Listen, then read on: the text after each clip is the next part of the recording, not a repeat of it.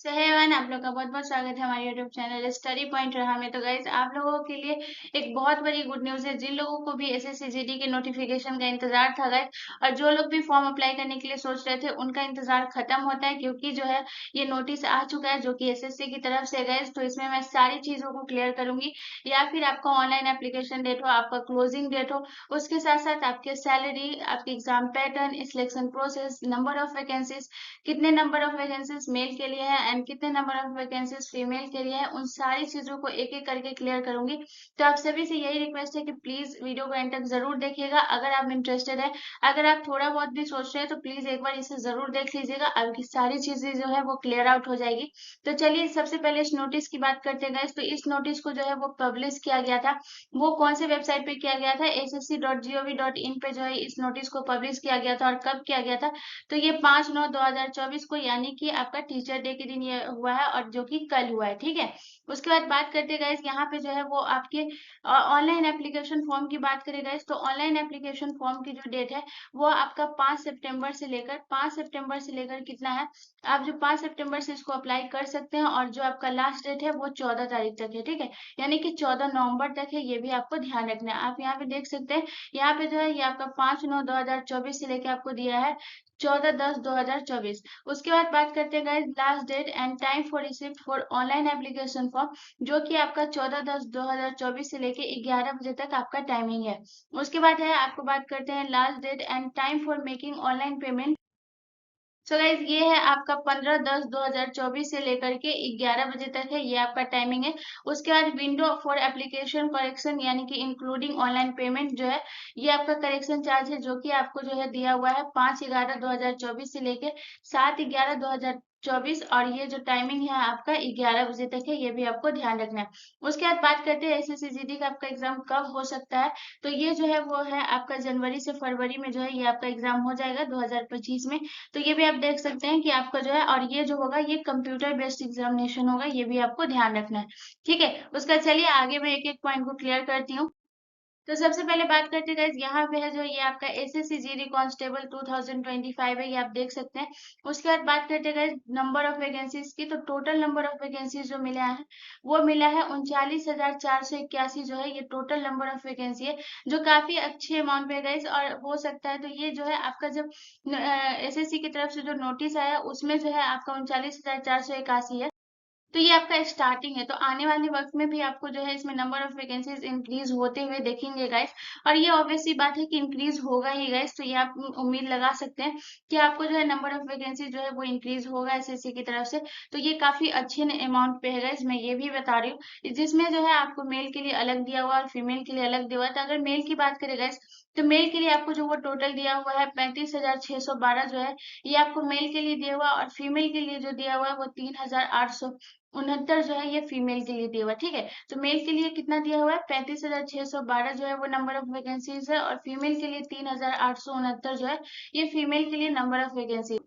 और इस दोनों को जब हम ऐड करेंगे गाइस, तो ये आपका 39,481 आएगा। आपको मैं ऐड करके भी दिखा देती हूँ। 9 1 10 1 11 के 1 हासिल 1 6 1 7 और 1 8। उसके बाद है 8 है 2 10 6 14 के 4 हासिल 1। उसके बाद है 3 1 4 5 5 4 9 और 3, ये टोटल को ऐड करेंगे तो ये आपका 39,481 जो है वो नंबर ऑफ वैकेंसी मिलेंगे। जो कि मैं आपको अप्लाइंग डेट की अगर बात करूँ, तो ये मैं पहले भी बताई हूँ कि 5/9/2024 से जो है ये फॉर्म को आप अप्लाई कर सकते हैं, यानी कि 5 सितंबर से, जो कि आपका क्लोजिंग डेट है वो है 14 तारीख से। ठीक है, 14 नवंबर को जो है ये आपका क्लोज हो जाएगा, ये भी आपको बात करेंगे। उसके बाद ऑफिशियल वेबसाइट की बात करें गाइस, तो इसका जो है एसएससी का ऑफिशियल वेबसाइट है वो है ssc.gov.in पर जाकर जो है आप इसके इसके ऑफिशियल वेबसाइट पे जा सकते हैं। ठीक है, चलिए नेक्स्ट पॉइंट की बात करते हैं गाइस। अब बात करते हैं गाइस एज लिमिट की। तो एज लिमिट जो है ये आपको बहुत ध्यान से देखना है, क्योंकि एज लिमिट में बहुत लोग कंफ्यूज हो जाते हैं, तो आपको याद रखना है। तो यहाँ पे अगर एज लिमिट की बात करें गाइस, तो यहाँ पे आपको एज लिमिट में कह रहा है कि 1/1/2025 को कैंडिडेट की आयु जो है वो 18 से 23 साल होनी चाहिए। यानी कि जो 1/1/2025 जो होगा, यानी कि 1 तारीख और 1 जनवरी 2025 जो होगा, इसमें जो है वो कैंडिडेट की जो आयु होगी वो 18 से 23 साल की होनी चाहिए, ये आपको ध्यान रखना है। और आपको यहाँ पे ये भी याद रखना है कि कैंडिडेट का जो जन्म है वो 2/1/2002, ठीक है, 2/1/2002 से पहले और 1/1/2007 के बाद जो है वो नहीं होना चाहिए। यानी कि जिस भी कैंडिडेट का जो जन्म हुआ है वो 2002 से पहले हुआ है या 2007 के बाद हुआ है, वो कैंडिडेट इसके लिए, इस फॉर्म के लिए एलिजिबल नहीं है। तो इसको जो है, इसको आप ध्यान रखिएगा। ये 2/1/2002 और 2/1/2007 ये आपके लिए बहुत इंपॉर्टेंट है। बहुत लोग कंफ्यूज हो जाते हैं, तो याद रखिएगा, दो तारीख पहला महीना और 2002 से जो है, अगर आपका जो है इससे पहले आपका जो है जन्म हुआ है तो आप इसके लिए एलिजिबल नहीं है। मैं दोबारा रिपीट कर रही हूँ, ठीक है। उसके बाद बात करते हैं गाइस एज रिलैक्सेशन की। तो एज रिलैक्सेशन भी मिला है, जिसमें मिला है एससी एंड एसटी को जो है वो 5 साल का एज रिलैक्सेशन है, और ओबीसी को जो मिला है वो 3 साल का मिला है। तो ये भी आप देख सकते हैं। तो ये जो है ये आपका एज रिलैक्सेशन है, जो कि काफी अच्छा है। चलिए अब नेक्स्ट पॉइंट की बात करते हैं गाइस। अब बात करते हैं गाइस क्वालिफिकेशन की। तो क्वालिफिकेशन भी बहुत इंपॉर्टेंट है। तो सबसे पहले क्वालिफिकेशन की बात करते हैं। तो यहाँ पे लिखा हुआ है the candidate must have pass the matriculation of 10th class examination from recognised board university as on before date cut off date date 1/1/2025। इसमें भी आपको क्लियरली बोल दिया है कि आपको जो है कैंडिडेट को वो पास होना है। जो कि पास क्या होना है गाइस, आपको मैट्रिकुलेशन यानी कि 10th पास होना चाहिए। किसी भी मान्यता प्राप्त यूनिवर्सिटी या बोर्ड से जो है वो आपका 10th पास होना चाहिए, ये आपको कह रहा है। उसके साथ साथ आपको यहाँ पे ये भी कह दिया है कि 1/1/2025 से पहले जो है ये आपको पास होना अनिवार्य है। अगर आप 1/1/2025 के बाद पास होते हैं या आप पास नहीं हुए हैं तो आप इसके लिए एलिजिबल नहीं है। आपको 1/1/2025 से पहले आपका जो है वो मैट्रिक किसी भी मान्यता प्राप्त बोर्ड या यूनिवर्सिटी से पास होना अनिवार्य है। मैं दोबारा रिपीट कर रही हूँ, इसमें कंफ्यूज नहीं होइएगा। 1/1/2025 से पहले अगर आपका मैट्रिक पास है तभी आप जो है इसके लिए अप्लाई कर सकते हैं, वरना आप एलिजिबल नहीं है। तो आप एज लिमिट क्वालिफिकेशन अच्छे से समझ लीजिएगा, इसमें टोटल क्लियरली तरीके से कहा गया। तो इसमें आप कंफ्यूज नहीं होइएगा, ये आपको ध्यान रखना है, ठीक है। उसके बाद बात करते हैं गाइस एप्लीकेशन फी की। तो एप्लीकेशन फी मात्र जो है वो आपका 100 रुपीज है, यानी कि 100 रुपया लगेगा सिर्फ एप्लीकेशन फी के लिए, ठीक है। चलिए नेक्स्ट बात करते हैं। अब बात करते हैं गाइस सैलरी की। तो सैलरी का आप सभी को पता होना चाहिए कि सैलरी जो है वो इसमें कितना मिलेगा। तो यहाँ पे जो है आपकी सैलरी दी गई है गाइस, यहाँ पे आप देख सकते हैं 18,000 से लेकर 56,900 तक जो है ये सैलरी दी हुई है। तो ये किसके लिए दी हुई है, तो ये जो दी हुई है for the post of COP in NCB के लिए जो दिया हुआ है आपका सैलरी, वो 18,000 से लेकर 56,900 तक है। और इसमें दूसरा पॉइंट आपका ये है, दूसरा पॉइंट आपसे कह रहा है 21,700 से लेकर 69,100 जो दिया हुआ है, ये आपका जो सैलरी है फॉर ऑल अदर पोस्ट, यानी कि जितना भी अदर पोस्ट है उसके लिए जो सैलरी दिया हुआ है वो 21,700 से लेके 69,100, जो कि काफी अच्छी सैलरी है। तो आप देख सकते हैं काफी अच्छा अमाउंट है। 21,700 से जो है वो आपका स्टार्टिंग होगा, और जो कि हाईएस्ट आपका कहाँ तक जा सकता है, ये जा सकता है 69,100 तक जो है ये आपका हाईएस्ट जा सकता है, जो कि जितना भी अदर पोस्ट है। लेकिन अगर सिर्फ सीओपी एनसीबी की बात करेगा तो ये आपका जो है वो स्टार्टिंग 18,000 से स्टार्ट होगा और ये 56,900 तक जाएगा। ये भी आपको पता है 56,900 मतलब कि ऑलमोस्ट 57,000 जा सकता है, ये भी आपको ध्यान रखना है, ठीक है। चलिए नेक्स्ट बात करते हैं। उसके बाद जो है ये सबसे इम्पोर्टेंट बात है गाइस, इसको आप जो है सबसे इम्पोर्टेंट रखिएगा। ये जो है बहुत इम्पोर्टेंट है, यहाँ पे आप ध्यान से इसको पढ़िएगा। तो यहाँ पे लिखा हुआ है कि अभ्यर्थियों को ऑनलाइन आवेदन पत्र भरते समय प्राथमिकता क्रम में निम्नलिखित CAPF संगठनों की वरीयता देनी होगी। सभी 8 बलों के लिए जो है वो वरीयता भरना अनिवार्य है। यानी कि आपसे कह रहा है कि जब आप ऑनलाइन अप्लाई फॉर्म करेंगे उस वक्त जो है वो आपको जो है, जो आपके लिए सबसे बेस्ट पोस्ट है, यानी कि जिसके लिए आप अप्लाई करना चाहते हैं उस हिसाब से आप प्राथमिकता क्रम जो है उसमें देनी होंगी आपको जो है। उसके बाद है इसमें टोटल सभी 8 बल दिए गए हैं, और इस 8 बल को आपको उसमें पे करना है, उसमें सॉरी फिल करना है। और फिल करते समय जो है ये करना है आपको कि जो आपके लिए प्रायोरिटी है आप उस हिसाब से ABCDEFGH करके डाल सकते हैं। यानी कि अगर मान के चलिए यहाँ पे अगर जो है ये आपके जो 8 बल है, यहाँ पे टोटल 8 बल के नाम दिए हुए हैं, जिसको मैं एक एक करके क्लियर करूंगी। तो फॉर एग्जाम्पल जैसे कि आपको जो है यहाँ पे आपका जो है वो पहला बल दिया हुआ है बॉर्डर सिक्योरिटी फोर्स, ठीक है, यानी कि BSF। तो बहुत लोगों को इसको जो है लगेगा कि नहीं मुझे इसे 2 नंबर पे रखना चाहिए, बहुत लोगों को लगेगा कि मुझे इसे 3 नंबर पे रखना चाहिए। तो आप क्या करिएगा, इसको B नंबर करके डाल सकते हैं या फिर इसको C नंबर करके डाल सकते हैं, ठीक है। तो होपफुली मैं आपको समझा पा रही हूँ कि अगर जो भी आपका जैसे कि आपको जो है आपको इसमें जाना है। फिर मान लेते हैं सशस्त्र सीमा बल। ठीक है, आप चौथे नंबर पे इसे देखिए, सशस्त्र सीमा बल में अगर आप जाना चाहते हैं तो आप इसे जब आप फॉर्म अप्लाई करेंगे तो इसे ए नंबर करके डालेंगे, यानी कि ये आपकी पहली प्रायोरिटी है। फिर उसके बाद दूसरे नंबर पे आप जिसको डालेंगे उसको बी करके डालेंगे। फिर आप तीसरे नंबर पे जिस पोस्ट को डालना चाहेंगे आप सी करके डालेंगे। तो यानी A B C D E F G H करके जो है वो आपको डालना है अपनी प्रायोरिटी के हिसाब से। तो इसमें जो है टोटल 8 बलों के लिए जो है वो दिया हुआ है, जो कि कौन-कौन से 8 बल है ये भी मैं आपको बता देती हूँ। तो इसमें जो है वो टोटल 8 बल दिया गया है। बॉर्डर सिक्योरिटी फोर्स, यानी कि बीएसएफ, इसका फुल फॉर्म होता है बॉर्डर सिक्योरिटी फोर्स। सीआईएसएफ का फुल फॉर्म होता है जो कि आपको दिया हुआ है सेंट्रल इंडस्ट्रियल सिक्योरिटी फोर्स। उसके बाद है आपका सीआरपीएफ, जिस जो कि आपका जो है सेंट्रल रिजर्व पुलिस फोर्स जो है, इसका फुल फॉर्म है। एसएसबी का फुल फॉर्म होता है सशस्त्र सीमा बल। ठीक है, ये टोटल 4 पोस्ट हुआ। 4 पोस्ट अदर बात उसके बाद बात करते गए तो आपका जो है आईटीबीपी, इसका फुल फॉर्म होता है इंडो टाइब्रियन बॉर्डर फोर्स, जो कि आपके 5वें नंबर पे बल आ रहा है। 5वें नंबर का पोस्ट है, जो कि छठे पे आ रहा है राइफलमैन जीडी इन असम राइफल, ये आपके छठे नंबर पे है। 7वें नंबर पे है आपका नेशनल इन्वेस्टिगेशन एजेंसी यानी कि एनआईए, और सेक्रेटरी सिक्योरिटी फोर्स यानी कि एसआईएफ 8। ये टोटल 8 बल है और इसको आपको जो है अपने प्रायोरिटी के हिसाब से एबीसीडी करके डालना है, ये भी मैं बता दी। तो ये जब आप फॉर्म अप्लाई करेंगे तो ऐसा नहीं कि आप कोई सा भी पोस्ट कैसे डालें, आपको जिस भी पोस्ट में इंटरेस्टेड है, जैसे जैसे इंटरेस्टेड है आप क्रम वाइज इसको जो है आप उसमें फिल कर लीजिएगा, ये आप ध्यान रखिएगा, वहां पे दिक्कत नहीं करिएगा। ठीक है, चलिए नेक्स्ट पॉइंट की अब बात करते हैं। सो गाइज, ये जो समझना है ये बहुत इंपॉर्टेंट है, इसे आप एक बार अच्छे से समझ लीजिएगा। तो सबसे पहले जो है ये आपका मेल के लिए, ठीक है, तो मेल के लिए है जिसमें आपको अलग अलग जो है वो नंबर ऑफ वैकेंसीज दिया हुआ है। तो उसके बाद बात करें इसमें जो टोटल फोर्सेस दी गई है, अभी मैं समझाई हूँ कि टोटल 8 फोर्स दी गई है, BSF, CISF, CRPF, SSB, ITBP, AR, SSF, NCB.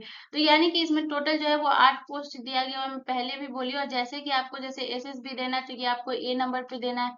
आपको सीआरपीएफ अगर आपको सबसे पहले प्रायोरिटी में रखना है तो इसको ये देना है। आपको जैसे जैसे प्रायोरिटी देना है वैसे वैसे आप क्रम वाइज दे सकते हैं। लेकिन अगर आपके ओवरऑल बात करें गाइस, तो बीएसएफ यानी कि बॉर्डर सिक्योरिटी फोर्स में जो है एससी के लिए अलग है नंबर ऑफ वैकेंसी, एसटी के लिए अलग है, ओबीसी के लिए अलग है, ईडब्ल्यूएस के लिए अलग है, और जो जनरल है उसके लिए अलग है। तो यानी कि ओवरऑल अगर बीएसएससी में बीएसएफ में देखे गाइस, तो इसमें जो है आपको नंबर ऑफ वैकेंसीज टोटल कितना है, यानी कि 13,306 जो है ये आपके बीएसएफ में। और ये जो बात मैं कर रही हूँ ये मेल के लिए कर रही हूँ, ये भी आपको ध्यान रखना है। उसके बाद बात करते हैं गाइस सीआईएसएफ। सीआईएसएफ में जो है वो टोटल नंबर ऑफ वैकेंसी आपका यह है 6,440 है। उसके बाद सीआरपीएफ में जो है वो नंबर ऑफ वैकेंसीज आपका 11,299 है। एसएसबी में जो है आपका नंबर ऑफ वैकेंसी जो है वो 819 है। आईटीपीबी में जो है वो 2,564 है। और ये एआर में जो है ये आपका जो है 1,148 है। और एसएसएफ में जो है ये आपका 35 है। और एनसीबी में जो है ये आपका 11 है। ठीक है, अब गाइस आप ये बताइएगा कि मैं आपको ये चीज क्यों बता रही हूँ। तो इससे आपको जो है जो आप अपनी प्रायोरिटी रखेंगे A B C D E F करके, तो आपको पता होना चाहिए कि बीएसएसएफ में जो है वो नंबर ऑफ वैकेंसी कितना है। तो जितना ज्यादा नंबर ऑफ वैकेंसी जिसमें रहेगा आप उस हिसाब से अपनी प्रायोरिटी रखेंगे। तो यानी कि आप बीएसएसएफ में देख रहे हैं इसकी सबसे ज्यादा नंबर ऑफ वैकेंसी यानी कि 13,306 है। फिर सीआईएसएफ में जो है वो 6,440 है। सीआरपीएफ में जो है वो 11,299 है। तो यानी कि पहली प्रायोरिटी जो है वो आप ए इसको रखेंगे, बी पे आप सीआरपीएफ को रखेंगे, सी पे आप जो है सीआईएसएफ को रखेंगे। तो इस तरीके से आप अपनी प्रायोरिटी रखेंगे, जिसमें नंबर ऑफ वैकेंसी ज्यादा रहेगी आप उस तरीके से अपनी प्रायोरिटी रखेंगे। इस ये जो है ये आपके लिए बहुत बेनिफिट होगा गाइस, ठीक है। और आप यहाँ पे देख सकते हैं अगर आप एससी एसटी ओबीसी ईडब्ल्यूएस या जनरल वाले, तो उस हिसाब से जो है ये आपका जो है कौन से पोस्ट पे कितना नंबर ऑफ वैकेंसी है ये आप देख सकते हैं उस हिसाब से। लेकिन अगर ओवरऑल बात करेगा तो बीएसएफ में सबसे ज्यादा नंबर ऑफ वैकेंसी है, उसके बाद सीआरपीएफ में, और उसके बाद सीआईएसएफ में। तो इस तरीके से आप अपनी प्रायोरिटी रखिएगा, ये मैं बता रही हूँ गाइस, इसको आप ध्यान में इस बात को रखिएगा, ये आपके लिए बहुत हेल्पफुल होगा। ठीक है, उसके बाद अब इसी तरीके से बात कर लेते हैं फीमेल की, यानी कि जो कैंडिडेट फीमेल वाली है उसकी बात कर लेते हैं। तो उसमें जो है एससी के लिए है जो है ये आपका 356 है बीएसएफ में। और एसटी के लिए है 262, ओबीसी के लिए 510, ईडब्ल्यूएस के लिए 234, और यूआर के लिए 986। तो ओवरऑल अगर बात करें गाइस इसकी भी, तो ओवरऑल बात करते हैं बीएसएफ में जो है वो फीमेल के लिए कितना है, 2348 है। सीआईएसएफ में जो है वो 715 है। उसके बाद है जो आपका सीआरपीएफ में है वो 242 है। एसएसबी में जो है इनको नहीं है कोई भी पोस्ट। उसके बाद बात करते हैं गाइस आईटी पीबी में जो है वो है 453। उसके बाद एआर में है, असम राइफल्स में 100 है। उसके बाद एसएसबी में नहीं है गाइस, और उसके बाद एनसीबी में जो है वो 11 है। तो बॉयज के लिए जो प्रायोरिटी होगी वो क्या होगी, सबसे पहले बीएसएफ होगी, फिर सीआरपीएफ होगी और फिर सीआईएसएफ होगी। लेकिन गर्ल्स के लिए जो प्रायोरिटी होगी वो क्या होगी, तो गर्ल्स के लिए जो सबसे पहले होगी वो बीएसएफ होगी। ये आप यहाँ पे ऊपर देख लीजिएगा। गर्ल्स के लिए जो सबसे पहली प्रायोरिटी होगी वो बीएसएफ होगी। उसके बाद जो है उसके बाद आपको जो है सीआईएसएफ। फिर जो आप सेकेंड नंबर पे कौन सा पोस्ट रखेंगे, जो फीमेल होंगी वो जो सेकेंड नंबर पे पोस्ट रखेंगे उनके लिए जो सबसे ज्यादा है वो सीआईएसएफ का है, ठीक है। तो आप जो है बी नंबर पे सीआईएसएफ रखेंगे, और जो थर्ड पे जो है जो सबसे ज्यादा पोस्ट है वो है आपका आईटीपीबी, जो है वो फीमेल के लिए जो है वो 453 है। तो आप थर्ड में जो पोस्ट रखेंगे वो आईटीपीबी रखेंगे, ये भी आपको ध्यान रखना है, आईटीपीबी रखेंगे, ये भी आपको जो है ध्यान रखना है, ठीक है। तो गर्ल्स इस तरीके से रखेंगे और बॉयज इस तरीके से। ये मैं अपनी एक्सपीरियंस से बता रही हूँ कि आप लोग जो है जिसमें ज्यादा नंबर ऑफ वैकेंसी रहेंगे आप उस तरीके से अपना क्रम वाइज रखिएगा। ये आपको बहुत हेल्पफुल होगा आने वाले वक्त में। और यहाँ पे अगर मैं बात करूँ गाइस, तो यहाँ पे जो है यहाँ पे जो आपको टोटल जो है मैं पहले भी बताई हूँ कि टोटल जो है वो मेल के लिए कितना है, तो 35,616 पोस्ट है। और फीमेल के लिए जो है वो 3,869 पोस्ट है। और यानी कि टोटल ग्रैंड टोटल की बात करें तो 39,481 जो है ये आपका ग्रैंड टोटल है, ठीक है। चलिए नेक्स्ट पॉइंट की बात करते हैं। अब एग्जाम पैटर्न की सबसे जरूरी चीज है जो कि आपका अब आता है एग्जाम पैटर्न। तो एग्जाम पैटर्न में आपके क्या क्या रहेंगे, तो सबसे पहले सब्जेक्ट की बात करते हैं। तो सब्जेक्ट में जो है ये आपका रहेगा जनरल इंटेलिजेंस एंड रीजनिंग रहेंगे। उसके बाद आपका है जनरल अवेयरनेस। तो ये जो है दूसरा आपका जनरल अवेयरनेस रहेगा। उसके बाद आपका एलिमेंट्री मैथमेटिक्स रहेगा। उसके बाद या फिर आप इंग्लिश लीजिए या फिर हिंदी लीजिए, दोनों में से कोई एक जो है ये आपका रहेगा। उसके बाद बात करते हैं नंबर ऑफ क्वेश्चन की, जो कि टोटल नंबर ऑफ क्वेश्चन रहेंगे 20 मार्क्स का। यानी कि जनरल इंटेलिजेंस एंड रीजनिंग जो रहेंगे ये भी आपके नंबर ऑफ क्वेश्चन कितने रहेंगे, यानी कि टोटल नंबर ऑफ क्वेश्चन जो रहेंगे वो 20 रहेंगे, ठीक है। जनरल अवेयरनेस में भी टोटल नंबर ऑफ क्वेश्चन 20 रहेंगे, मैथमेटिक्स में भी 20 रहेंगे, अगर आप हिंदी लिए तो 20 रहेंगे, अगर इंग्लिश रहेगा तो 20 लिए, ठीक है। इस तरीके से आपको याद रखना है। और मैक्सिमम मार्क्स जो है ये आपका 40 रहेगा। इसमें भी मैक्सिमम मार्क्स 40, और इसमें भी 40, और इसमें भी 40 है। यानी कि जो है एक क्वेश्चन जो है वो कितने नंबर का रहेगा ये आपको ध्यान रखना है। तो अगर एक क्वेश्चन की बात करें तो ये आपके 2 नंबर का रहेगा, ये आपको ध्यान रखना है कि यानी कि हर सब्जेक्ट में, चाहे वो जनरल इंटेलिजेंस एंड रीजनिंग हो, या जनरल अवेयरनेस हो, या मैथमेटिक्स हो, या फिर हिंदी लिए हो, या फिर आप इंग्लिश लिए हो, हर एक क्वेश्चन जो है वो आपके 2 नंबर का रहेगा। यानी कि टोटल की बात करेगा तो ये टोटल आपको हो जाएगा कितना का, 4, 8, 12, 16, यानी कि टोटल जो है ये 160 नंबर का आपका जो है ये रहेगा आपका। तो एग्जाम जो रहेगा वो कितने का रहेगा, टोटल 160 नंबर का रहेगा। और जो कि आपको टाइम अलाउड रहेगा सिर्फ 60 मिनट, जो कि आपका 1 घंटा का रहेगा। और जो है नंबर ऑफ क्वेश्चन रहेंगे ये आपको ध्यान रखना है कि कितना रहेंगे, 20-20। और नंबर ऑफ क्वेश्चन अगर टोटल बात करें तो यह गाइस 20, 40, उसका 60, 80, यानी कि टोटल जो है नंबर ऑफ क्वेश्चन कितने रहेंगे, 80 रहेंगे। यानी कि 80 क्वेश्चन को आपको अटेम्प्ट करना है सिर्फ 1 घंटा में। तो आपके लिए जो है वो टाइम मैनेजमेंट होना बहुत जरूरी है। टाइम पे आपको बहुत फोकस करना पड़ेगा, और इसके लिए सबसे जरूरी चीज होती है प्रैक्टिस। यानी कि आप मैथ, रीजनिंग इस सब में जो है, या फिर जनरल अवेयरनेस हो गया, या फिर हिंदी, या फिर इंग्लिश, इस सब में आपको प्रैक्टिस करना बहुत जरूरी है। जितना ज्यादा आपका प्रैक्टिस रहेगा, जितना ज्यादा आपके कॉन्सेप्ट क्लियर रहेंगे, आप उतना ही ज्यादा ये करेंगे। अगर अभी भी नहीं है तो अभी भी समय है। मैथ और रीजनिंग पे बहुत ज्यादा जो है अपनी टाइमिंग को फास्ट करिए, और जितना ज्यादा शॉर्ट तरीके से हो सके उतना ज्यादा शॉर्ट तरीके से आप इसे सॉल्व करिए। चलिए अब नेक्स्ट पॉइंट की बात करते हैं गाइस। अब है हमारा सिलेक्शन प्रोसेस। तो किसी भी एग्जाम में सिलेक्शन प्रोसेस आना बहुत जरूरी होता है कि उस सिलेक्शन प्रोसेस के लिए भी आप एलिजिबल है कि नहीं है। तो ये भी सिलेक्शन प्रोसेस भी बहुत मायने रखता है, तो इसको भी आपको ध्यान रखना है। तो सबसे पहले आपका होगा कंप्यूटर बेस्ड टेस्ट, यानी कि सीबीसी होगा, ये आपको ध्यान रखना है। उसके बाद आपका होगा फिजिकल स्टैंडर्ड टेस्ट होगा। उसके बाद आपका फिजिकल एफिशिएंसी टेस्ट होगा। देन आपका मेडिकल एग्जामिनेशन होगा, और उसके बाद डॉक्यूमेंट वेरिफिकेशन होगा, ये आपको ध्यान रखना है। तो यानी क्या है, जो आपको टोटल इतनी चीजों से आप सिलेक्शन प्रोसेस होगा। जब आप कंप्यूटर बेस्ड टेस्ट दे देंगे जो कि आपका 160 नंबर का होगा, जो कि आपको टाइम अलाउ जो है वो सिर्फ 60 मिनट रहेगा, ये भी आपको ध्यान रखना है। तो ये भी जो है इतना मिनट का आपको टाइम रहेगा, और इसको जो है पास करना है। उसके बाद जब आप इसको पास कर लेंगे तो देन आपको फिजिकल स्टैंडर्ड टेस्ट देना होगा। उसके बाद फिजिकल एफिशिएंसी टेस्ट, देन आपका जो है वो मेडिकल एग्जामिनेशन होगा। कि आप प्रॉपर जो है वो फिट है कि नहीं। उसके बाद आपका जो है वो डॉक्यूमेंट वेरिफिकेशन होगा, देन आपका सिलेक्शन होगा। तो इस तरीके से जो है इसका सिलेक्शन प्रोसेस है। तो आपको पता होगा कि आपको किस किस तरीके से गुजरना है, क्या क्या चीज तैयारी करनी है। तो सारी चीजों को अच्छे से तैयारी करिएगा गाइस। और इसमें नंबर ऑफ वैकेंसीज बहुत अच्छे हैं। तो मैं ये भी बता देती हूँ कि इसमें आपको थोड़ा भीड़ देखने को मिलेंगे, क्योंकि ये 10th पास है।